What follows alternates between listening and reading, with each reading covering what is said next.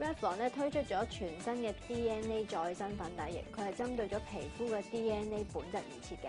佢係注入咗大量嘅修復精華㗎，咁搽咗粉底咧就好似搽咗精華素一樣，佢可以持續咁樣保護啦、修復同埋強化細胞嘅 DNA， 可以從根本去改善膚質，係一支真正能夠令你咧由內靚到外嘅粉底，令到你咧可以喺妝前妝後都同樣擁有住健康嘅皮膚。女仔揀粉底咧，又想見到自己皮膚白淨剔透啦，咁搽白個粉底又會面仔肥喎。咁好啦，如果我想瘦啲啦，咁搽黑個粉底，但係又覺得自己成個樣好似好暗啞咁點取捨咧？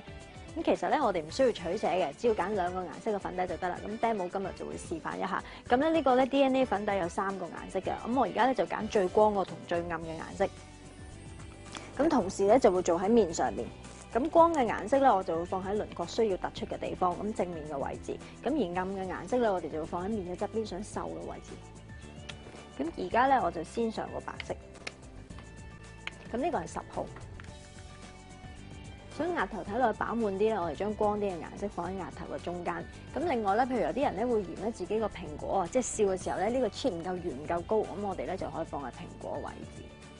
咁另外啦，女仔咧都中意自己鼻高嘅，我哋將佢放喺鼻梁嘅正中間最高嘅位置。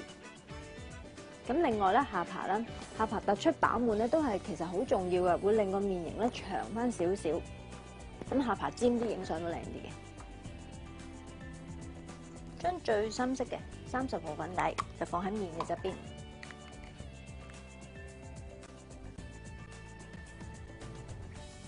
鼻翼嘅兩邊，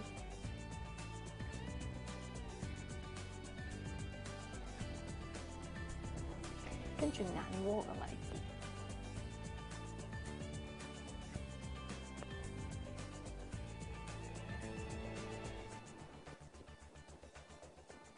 咁我哋咧慢慢就將個粉底掃開，直至雲長為止。